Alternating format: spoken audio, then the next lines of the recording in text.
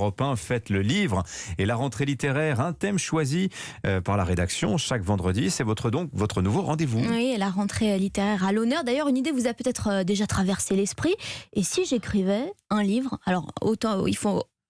je vais y arriver, pardon. Encore faut-il savoir par où commencer. C'est vendredi, excusez-moi. Alors le début, la fin, le titre.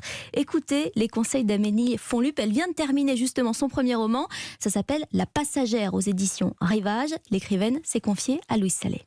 L'angoisse de la page blanche où s'attarder sur le choix d'un mot pendant des heures, Amélie Fonlup l'a vécu. Ce qui l'a fait tenir, c'est la discipline. J'avais presque des horaires de bureau. Je me mettais à matin même si j'avais pas d'inspiration. Et l'inspiration venait toujours, que ce soit pour un petit paragraphe ou un grand chapitre. On a l'image un peu d'écrivain qui écrit comme ça au fil de l'eau, qui a des inspirations fulgurantes. Et ça peut être le cas, mais en tout cas, vraiment se discipliner et être tenace. Amélie a écrit son roman une première fois, puis réécrit entièrement une seconde fois, après avoir glané quelques conseils. Je crois qu'après, il faut s'en dégager et il faut se faire confiance. Parce que la page blanche peut faire peur et donc écrire sans trop se poser de questions et pas trop se regarder écrire surtout aussi. Il faut aussi se relire et Amélie a une technique. Il m'est arrivé beaucoup aussi de me relire à voix haute pour savoir si c'était fluide, si mon écriture était fluide, si les paragraphes s'enchaînaient bien, ça c'est important. Pour trouver un éditeur, enfin, il vaut mieux éviter d'envoyer son manuscrit à toutes les maisons d'édition. Donc vaut mieux cibler quand même, s'intéresser à la maison, aux auteurs qu'elle publie, savoir si on aime ses auteurs et si on a des points communs. Essayer aussi d'aller dans des salons, faire un maximum pour rencontrer des gens qui écrivent et les éditeurs.